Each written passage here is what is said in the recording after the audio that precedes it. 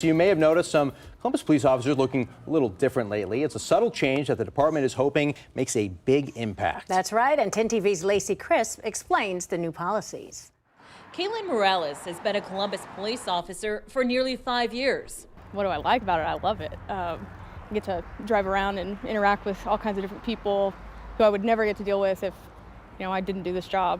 One thing she may love more than her job? I've got some that are super personal to me, some that are just, oh, I thought that was pretty, and I've got a couple that I thought, oh, that'll be really funny. Absolutely. You don't have to tell me twice.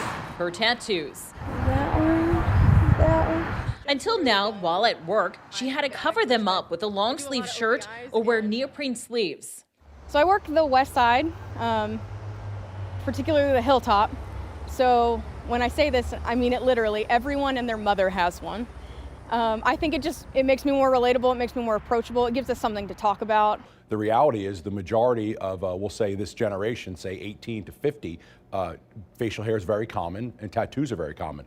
Columbus Police Chief Elaine Bryant made several policy changes that relax rules for officers wearing hats. It allows tasteful, visible tattoos and allows for facial hair. So by not allowing those, you're actually shutting the door for some people who could potentially be good police officers. At a time when fewer are applying to become Columbus police officers, the goal is to attract more recruits. I feel like this will open doors and let people who never considered law enforcement as a career. Yeah, it's just the times we live in. This is just the times we live in. Trends change, fashion changes, and now the division before where we weren't changing with the times. It just shows that with this new chief in place, we're changing with the times. Sergeant Brian Steele and many others started growing their beards as soon as they could. Steele says it likely won't make a difference on the crime rate, but that Chief Bryant's policy changes could make a big difference for the department.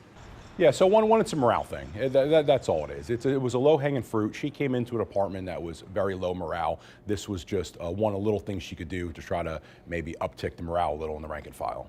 In Columbus, Lacey Crisp, 10 TV News.